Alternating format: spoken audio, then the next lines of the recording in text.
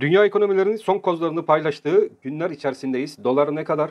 Altın ne kadar? Gümüş ne kadar? Euro ne kadar? Sterlin ne kadar? Bitcoin dolar paritesi ne kadar olacak? Bu videomuz içerisinde önemli konulara değineceğiz sevgili dostlarım. Panik yapmamanız gerekli olduğunu birçok videoda, özellikle son videolarda sizlerle zaten paylaşmıştık. Altının ve doların yükselişinde ve düşüşünde önemli kritik seviyeleri sizlere vermiştik. Ve dediğimiz gibi noktasal olarak bu seviyelere doğru altın tarafında geri çekilmeler olsa da altın buralardan toparlayıp tekrardan 2000 dolar seviyesinin üzerine gelmiş durumda. Dolar endeksi tarafında paritelere sizlerle birlikte bakacağız. Fakat videomuza geçmeden önce kanalımızı beğenmeyi ve kanalımıza abone olmadıysanız sizleri de kanalımıza abone olmaya davet ediyoruz sevgili dostlarım. Evet, dolar endeksiyle hemen başlayalım. Dolar endeksinde arkadaşlar yukarı yönlü bir hareket gözlemliyoruz. Buradaki hareket gördüğünüz gibi çizmiş olduğumuz grafik üzerinde 101 seviyesinin üzerinde arkadaşlar. Dolar endeksinde önemli bir hareket yukarı yönlü gelebilir. Buradaki hareket dolar endeksini nereye kadar taşıyabilir? Özellikle baktığımız zaman 102.50 seviyesine kadar, bakın tam şuradaki noktaya kadar 102.50 seviyesine kadar burada dolar endeksinde bir yukarı yönlü hareket görme ihtimalimiz var. Yani burada bir al sinyali ve ikili dip formasyonu oluşmuş durumda. O yüzden dolar kurunu takip eden sevgili dostlarımız, dolar endeksi önemli. Bu yönden de dolar endeksini takipte kalmaları gerekli sevgili dostlarım. Evet, dolar endeksine baktıktan sonra hemen ardından ons altın tarafına geçelim. Çünkü ons altın da dolar bazlı olarak gram altını tetiklediği için gram altın analizi de birazdan yapacağız ve ons altına hemen geçelim. Ons altında beklediğimiz yukarı yönlü hareket 2000 dolarların üzerinde seyretmeye başladı. Sizlere belirtmek istediğim özellikle arkadaşlar aylık kapanışlarda bakın ons altında şurası çok önemliydi. 1927 dolar seviyesi önemli bir seviyeydi ve bu seviye üzerinde altının ons tarafı kalmayı başarıyor sevgili dostlarım. 1927 doları altını takip eden sevgili dostlarımız hangi kapanışlarda takip edecek? Aylık kapanışlarda arkadaşlar. Bakın 1927 dolar üzerinde altının onsu aylık kapanışlar yapmaya devam ettikçe altının onsunun hedefi 2100 dolarlar seviyesini görecektir. 2100 dolar seviyesinde tekrardan bir satış yeme olasılığı var. Bu da altının onsunda Forex'te, Viyop'ta işlem yapan sevgili dostlarımız için bir ayrıntı olarak yatırım tavsiyesi olmadan akıllarının bir tarafında bulunsun. Dünya global ekonomi çerçevesi içerisinde baktığımız zaman ABD tarafındaki olaylar arkadaşlar, bu son videolarımızda değindiğimiz gibi ABD borç krizi, yani bu çok önemli olacak.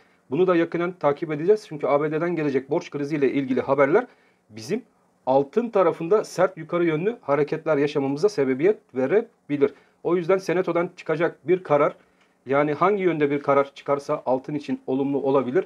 Eğer ki ABD senatosu ABD borç kriz tavanını, borç krizi miktarını yukarı yönlü yükseltmez ise arkadaşlar altın tarafında sert yukarı yönlü hareketler görebiliriz. Buradaki hareket 2100 dolarlar civarına doğru altının onsunu taşır.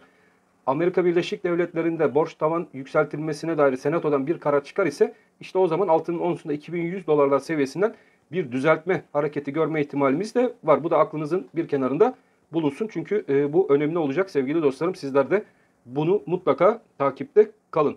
Altının onsunda 1927 aylıkta dedik, özellikle önemli bir destek ve yukarıda da 2100 ana hedef bölgesi olarak takip edilecek bir alan. Günlük bazda ise sevgili dostlarım bizler için önemli kritik bir seviye vardı. Bu da 1964 seviyesi. Bu 1964 seviyesi günlük kapanışlarda, yani altında bir kapanış olmadıkça burası tekrardan önemli bir seviye. Bu yukarıda takip edeceğimiz şimdilik 2070 ve 2100 dolar aralığı. Burası zaten bizim için önemli bir aralık. ABD borç krizine doğru buradaki aralık önemli olacak ve buradaki haber akışları bizlere altının yönünü belirleyecek olan sinyali verecek. Dolar Türk Lirası tarafına bakalım. Ondan sonra hemen gram altın tarafına geçelim arkadaşlar. Dolar Türk Lirası'na baktığımız zaman buradaki fiyatlamaların 19 lira 50 kuruş seviyelerine doğru yaklaştığını görüyoruz. Yani bankalar arası piyasada fiyatlama bu şekilde. Fakat almak istediğiniz zaman arkadaşlar 20 lira 40 kuruş seviyelerinde bir dolar Türk Lirası maalesef ki bizleri karşılıyor. Bunun tehlikelerinden bahsetmiştik. Özellikle bankalar arası böyle bir fiyatlamada vatandaşların nakit olarak bankadan dolarını çekip serbest piyasa üzerinde dolarını bozdurmak istemesine sebebiyet verebilir demiştik. Seçimlerin yaklaştığı son 2 hafta içerisindeyiz. Seçimlerin yaklaşmasıyla birlikte de arkadaşlar buradaki hareketlilik artacaktır diye düşünüyorum ve dolar Türk lirasındaki fiyatlanmaların 20 liralar üzerinde kısa vadede fiyatlanacağı yönündeki düşüncem hala da geçerliliğini koruyor. Şimdi 19 lira 50 kuruş üzerinde bizler yani Viyop ve Forex'te işlem yapanlar, zaten banka üzerinden işlem yapanlar için artık kısa vadeli al-sat olayları tehlikeli bir vaziyet almış durumda. Burada satış yaptığınız zaman arkadaşlar makas aralıkları çok yüksek olduğu için tekrardan aynı fiyat üzerinden dolarınızı alamama ihtimaliniz çok yüksek. O yüzden 19 lira 50 kuruş üzerine doların atması bir anda 20 lira 55 kuruş seviyesindeki alana kadar dolardaki bu yükselişi tetikleyebilir. Daha önce de 19 lira 50 kuruşun öneminden sizlerle bahsetmiştik. 19 lira 50 kuruş önemli bir seviye olacak demiştik ve Merkez Bankası burada müdahil olacaktır seçim öncesi demiştik ve dediğimiz gibi 19 lira 50 kuruşta dolara bir baskı ve bu baskının gelmesiyle birlikte serbest piyasa tarafında da arkadaşlar fiyat aralığının iyiden iyiye artmış olduğu gözleniyor. O yüzden elinde dolar tutan arkadaşlar şimdilik 19 lira 50 kuruş. Özellikle bankada yatırımı, dolar yatırımı olan arkadaşlar 19 lira 50 kuruş seviyesini takipte kalsınlar. Buranın kırılması gene arkadaşlar Merkez Bankası'nın artık son kozları, bu son kozlarını da 19 lira 50 kuruş seviyesinde kullanmaya çalışıyor. Ve buranın eğer müdafası kırılırsa da 20.55 ve onun üstünde 22 lira 73 kuruş seviyesine doğru buradaki hareketlerin tekrardan yukarı yönlü evrilmesi beklentilerimiz dahilinde dolar kurunda. Gram altın tarafına hemen geçelim. Gram altın tarafına da baktığımız zaman gram altında özellikle 4 saatlik grafik üzerine tekrardan yukarı yönlü hareketleri gördük. Şimdi buradaki hareketler benim için 1245 seviyesi önemliydi. 1245 Türk Lirası üzerinde gram altın kaldıkça olumlu bir seyir içerisindeki gram altını takip edeceğiz diye konuşmuştuk ve 1245 seviyesi üzerinde şu an itibariyle kalmayı başaran ve 1260 dolarlar seviyesine atan bir gram altın. Buradaki arkadaşlar sizler de Forex ve Viyop banka üzerinden özellikle işlem yapan arkadaşlarımız da kapalı çarşı tarafında şu an 1350-1360 TL'ler civarındaki gram altını takip ediyor. Banka üzerinde de 1245, bakın bunun üzerindeki bu destek üzerinde kaldıkça 1307 TL civarına doğru ve onun üzerinde de 1407 TL civarına doğru bu gram altında yukarı yönlü hareketlerin devamını takip edeceğiz ve bu seviyeler artık kapalı çarşıyla bankalar arası piyasa içerisindeki marş yavaş yavaş kapanacaktır ve kapalı çarşıyla bankalar arasındaki marj da yerini normalleşmeye alacaktır. Yön yatırım tavsiyesi olmamak koşuluyla gram altında da hala da yukarı yönlü seyrini devam ettiriyor. Gümüş tarafına bakalım. Gümüş tarafındaki son durum. Daha sonra Euro Türk Lirası, Sterlin Türk Lirası ve Bitcoin'e de geçiş yapalım. Gümüş tarafındaki hareketler beklentim dahilinde 25 dolar seviyesi üzerinde. Ben gümüşün onsunun olumlu olduğu yönündeki düşüncelerimi söylemiştim.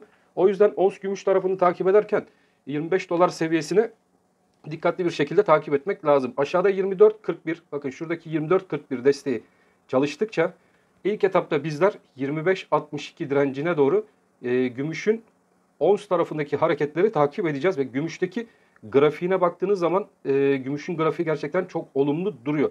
Teknik analiz açısından baktığınız zaman gümüşün onsunda olumlu bir grafik sizlerle birlikte izliyoruz. Bakın şöyle günlük grafiğini açtığımız zaman da burada oluşan formasyonlar dikkat çekici.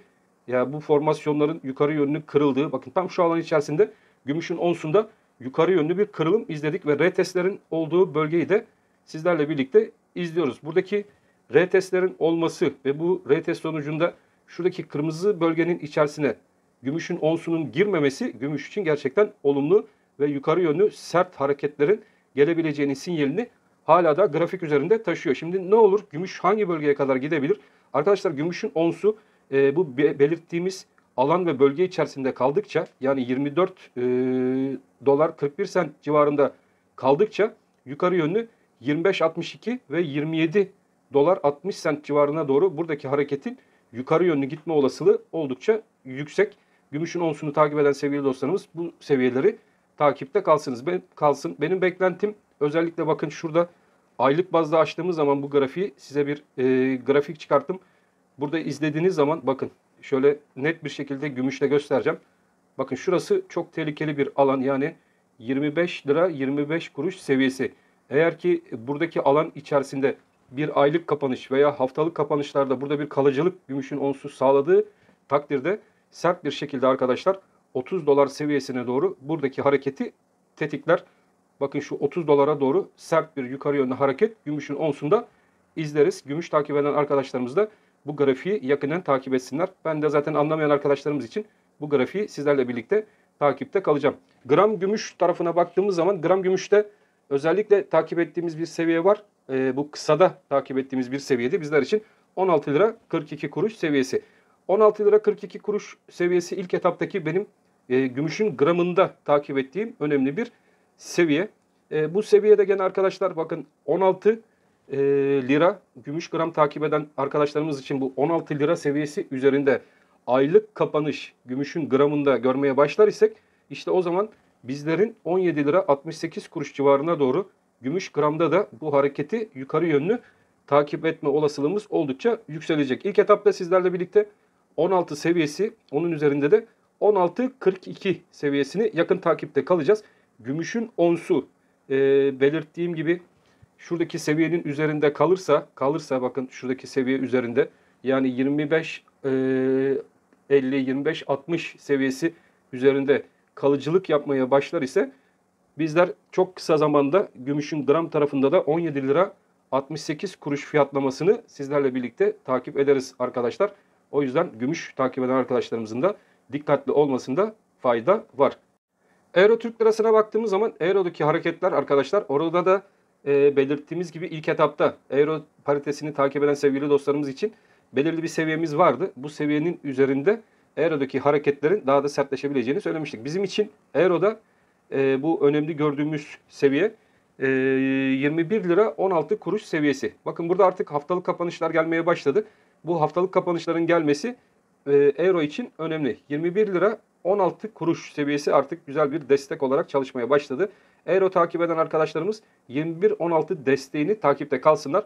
21 lira 16 kuruş üzerinde kalındıkça Euro Türk Lirası'nda bizlerin takip edeceği önemli seviye 22 lira 80 kuruş civarına doğru yukarı yönlü bu hareketlerin devamını sizlerle birlikte bekliyoruz. ABD'deki olaylardan kaynaklı olarak yani bu ABD borç krizi Euro paritesi için de önemli olacak. Euro paritesini takip eden arkadaşlar, Euro dolar paritesini özellikle takip eden sevgili dostlarımız ABD borç krizi olayını yakından takip etsinler. Çünkü Senato'dan gelecek bir haber burada Euro'nun sert bir şekilde 1.15'ler civarına doğru yukarı yönlü hareketini tetikleyebilir. Bu da bizlere Euro Türk Lirası tarafında 22.80'in kırılıp 24 lira 42 kuruş seviyesine kadar dolar karşısında değer kazanmasına sebebiyet verebilir. Tabii bu global ekonomi üzerinde, dünya üzerinde baktığımız zaman dolar endeksiyle Euro'nun birbiri arasındaki güç dengesinden kaynaklı olarak buradaki fiyat aralığı Euro'yu 24 lira 42 kuruş seviyesine kadar çekebilir. Yani artık son kozlar ABD tarafında oynanıyor. Senato'dan gelecek haber gerçekten önemli olacak. Eğer ki Senato'dan borç krizinin tavan miktarının arttırılması yönünde bir karar gelir ise de sevgili dostlarım o zaman Euro tarafında bizler tekrardan biraz aşağı yönlü parite tarafında hareketlerde izleyebiliriz. Sizler de o yüzden paritedeki bu hareketleri dikkatli bir şekilde takipte kalın. Sterlin Türk Lirası tarafına baktığınız zaman Sterlin Türk arasındaki hareketler de önemli. Sterlin'de takip ettiğimiz önemli kritik seviyelerimiz vardı. Bu kritik seviyelerimiz üzerinde de sterlin hareketlerine devam ediyor. Özellikle 23 lira 63 kuruş desteği benim için önemliydi. Ve bu destek üzerinde hala da hareketlerini devam ettiren bir sterlin paritesi izliyoruz. Sterlin'de 24.62 önemli bir direnç olacak. Bu direnci takip edeceğiz. 23.63 üzerinde kaldıkça 24.62 en yakın bizler için takip edilecek bir direnç bölgesi. Bu direnç üzerinde zaten sterlinde bizler haftalık ve günlük kapanışlar görmeye başlar isek o zaman sterlinde 26 lira 50 kuruş seviyesine doğru bu hareketlerini yukarı yönlü devam ettirecektir. Gene burada da bir son kozlar paylaşılıyor. İngiltere biliyorsunuz son anda arkadaşlar başkan değiştirmesi ve ekonomik politikaların değiştirmesiyle birlikte tekrardan değer kazanmaya başlayan, ekonomisi düzelmeye başlayan bir politika izliyor. Bu da Euro'nun ve sterlinin şimdilik ABD doları karşısında biraz daha hızlı yükselebileceği yönündeki sinyalleri bize vermiş durumda. BTC-USD paritesine hemen geçelim. BTC-USD paritesinde beklentilerimiz var. Bu beklentilerimiz doğrultusunda bizler yukarı yönlü hareket beklentimizi hala da koruyoruz. Burada benim için önemli olan kritik destek seviyesi 27 lira 60 kuruş seviyesinden 27 dolar 60 sent civarından geçen alan. Bu alan önemli. BTC-USD paritesinde takip ettiğim bir formasyon var. Bu formasyon hedefi olarak da ilk etapta kısada 35.000 dolar seviyesi BTC-USD paritesinde takip edeceğimiz bir direnç olarak karşımızda duruyor. BTC-USD paritesinde yani kripto paraların Genel manada arkadaşlar yukarı yönlü hareketlerini devam ettirebilmesi için ise bu 27.60-28.10 bariyeri çok önemli. 28.10 seviyesi BTC-USD paritesini takip ediyorsunuz. Bu günlük kapanışlarda 28 dolar 10 sent civarı üzerinde kaldıkça yukarı yönlü hareketlerini hızlandırabilecek bir parite anlamını bizler için taşıyor. Ve 28 dolar 10 sent bakın üzerinde bu hareketler haftalık ve aylık kapanışlar yönünde yerini sağlamlaştırabilir ise orta ve uzun vadede Bitcoin tekrardan 52 bin dolar seviyesini tekrardan görecektir diye ben düşünüyorum. Tabii bu benim kendi düşüncemdir. Siz bu konuda neler düşünürsünüz onu bilmem. Ama baktığım zaman dijital paralarda özellikle 28 dolar 10 sent üzerinde kalan bir kripto paranın ilerleyen günler içerisinde kısada 35 bin dolar ve onun üzerinde de 52 bin dolar seviyelerine doğru gitme potansiyeli hala da mevcut sevgili dostlarım. Evet, sizlerle birlikte piyasalara genel bir bakış yaptık. Merkez bankalarının Fed'in pozisyonlarını inceledik. ABD senatosundan gelecek olaylar dolarda yükseliş mi düşüş mü, altın tarafında yükseliş mi düşüş mü şeklinde yorumlanabilir. Kripto paralara, euro Türk lirasına, sterlin Türk lirası üzerine hangi etkileri yapabilir? Bunları video içerisinde konuştuk. Videomuz hoşunuza gittiyse tekrardan kanalımıza bir beğeni atıp kanalıma abone olmamış sevgili dostlarımızı da mutlaka kanalımıza abone olmaya davet ediyoruz sevgili dostlarım. Hepiniz Allah'a emanet olun. Hoşça kalın.